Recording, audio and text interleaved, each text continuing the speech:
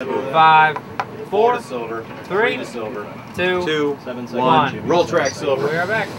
Stay tuned for Red Wings hockey presented by Bell Time. We start, almost the night before after the game ends, if they did play the night before. But you're always thinking about what's going to make a show better. What fans are going to want to hear from Ken and Mickey and the rest of our announcers. So you're always thinking about making the broadcast interesting. So it's not just watching a hockey game, it's being entertained, it's learning something. That's what goes into it. So we start pretty much when the previous game ends.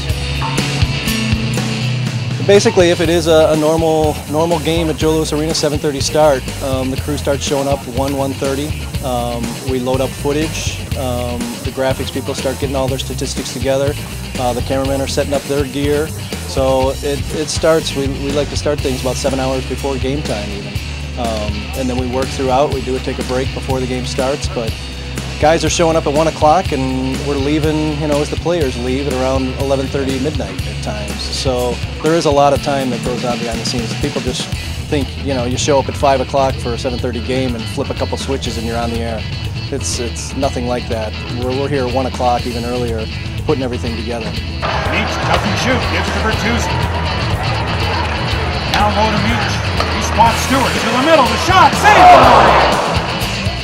Unlike radio where you're sort of calling the game just on your own and you can sort of speak when you want, when you're working in television, you're working with a producer, you're working with a director, you need the shots to back you up, so it truly is a team effort, and I think this broadcast is a pretty good team effort.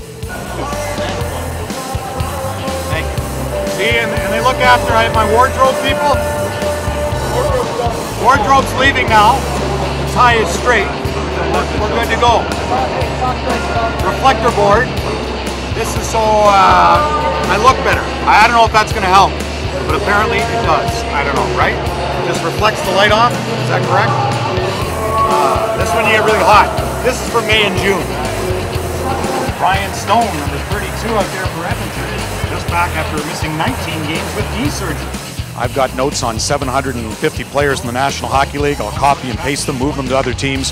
July 1st is always a busy time for me with free agents moving, and I'll update their numbers from the previous year. Maybe there's stories that aren't statistics or anything, just stories about that player that I'll put into individual cards. So it just makes my work easier on game day. I'll still go through the internet and pick out pertinent stories to that day, but I know I've got stories from that player's career.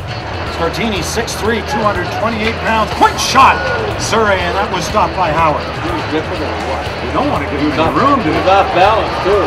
I'll talk storylines with Ken, Mickey, and Larry Murphy, and the rest of our crew, and talk about, try and figure out what's important for that game. I think it's always nice to bring people a little bit closer to the players, so if you can have those stories that will help bring the players out a little bit more so that people get to know them better.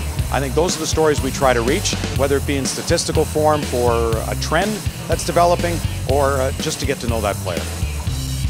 In our production facility here, we have 15 to 20 people working behind the scenes, whether that's a tape person queuing up replays, the audio guys giving you the great sounds from the rink, the graphics people doing all the statistics, even as little as what seems like the Fox box where you see the score and time of the game.